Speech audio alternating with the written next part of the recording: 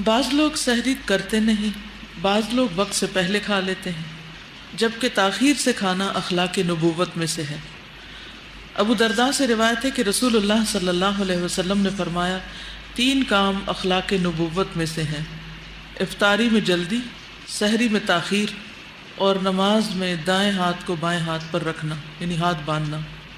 تو سحری کا اہتمام ضرور کرنا چاہیے، کیونکہ سحری کھانے میں برکت ہے۔ آپ صلی اللہ علیہ وسلم نے فرمایا، تسحروا فإن فی السحور برکہ، سحری کھاؤ کیونکہ سحری کھانے میں برکت ہے، یعنی تھوڑا بھی کھایا ہو تو انسان کو روزے میں پھر ویکنس فیل نہیں ہوتی۔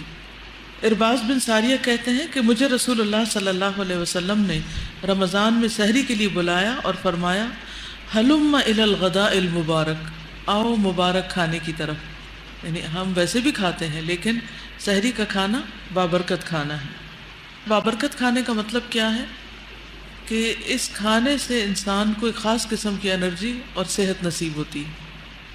ایک صحابی سے مروی ہے کہ ایک مرتبہ وہ نبی کریم صلی اللہ علیہ وسلم کی خدمت میں حاضر ہوئے تو آپ سحری کھا رہے تھے۔ آپ نے فرمایا، یہ برکت ہے جو اللہ نے تمہیں عطا کی ہے، اس لیے اسے مت چھوڑا کرو۔ مقدام بن مادی کرب سے روایت ہے کہ رسول اللہ صلی اللہ علیہ وسلم نے فرمایا، تم لوگ اپنے اوپر صبح کا کھانا یعنی سحری لازم کرو، اس لیے کہ وہ مبارک کھانا ہے۔ تو اب اس کو کھاتے وقت اس کو اپریشیٹ کرنا کہ یہ مبارک کھانا ہے۔ سحری ضرور کھانی چاہیے، خواہ پانی کا ایک گھونٹ ہی کیوں نہ پی لیا جائے۔ یہ بعضوں کا طبیعت نہیں مان رہی ہوتی یا راتیں چھوٹی ہونے کی وجہ سے بالکل بھوک نہیں ہوتی، تو ایسی صورت میں پانی پی لینا چاہیے۔ پھر سحری کھانے والوں پر رحمتیں نازل ہوتی ہیں۔ آپ کھا رہے ہوتے ہیں اور فرشتے آپ پر درود بھیج رہے ہوتے ہیں، مغفرت کی دعائیں کر رہے ہوتے ہیں، کیونکہ اس وقت یہ بہت کمی محسوس ہوتی ہے کہ اس وقت تو رات کا پچھلا پہر ہے اور استغفار قبول ہوتی ہے اور گناہوں کی بخشش ہوتی ہے، اور ہم کھانے میں لگے ہوئے ہیں، ایک ایسی گلٹ سی اندر آتی ہے نا۔ تو اس وقت تسلی رکھنی چاہیے کہ جب تک ہم کھا نہیں رہے تھے اور جاگ رہے تھے، اس وقت میں ہم دعا کر رہے تھے، اور اب ہم کھانے کی وجہ سے دعا نہیں مانگ سکتے تو فرشتے دعائیں مانگ رہے ہیں۔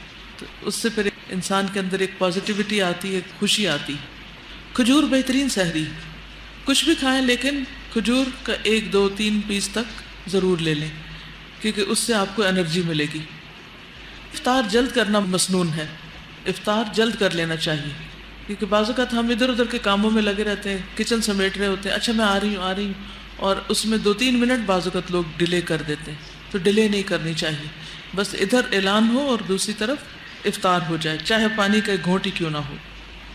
بہترین تو یہی ہے کہ کھجور سے کھولا جائے روزہ، لیکن اگر کھجور نہ ہو تو پھر پانی کا گھونٹ، دودھ کا گھونٹ، جو بھی چیز ہو اس سے کھول لیا جائے۔ سحری اور افطاری دونوں اوقات میں انسان اللہ سبحانہ وتعالیٰ سے دعائیں کر سکتا ہے، اور ان دعاؤں میں خصوصاً اپنی بخشش کی دعا، کیونکہ اگر بخشش ہو گئی تو سمجھیے کہ سب کچھ ٹھیک ہو گیا۔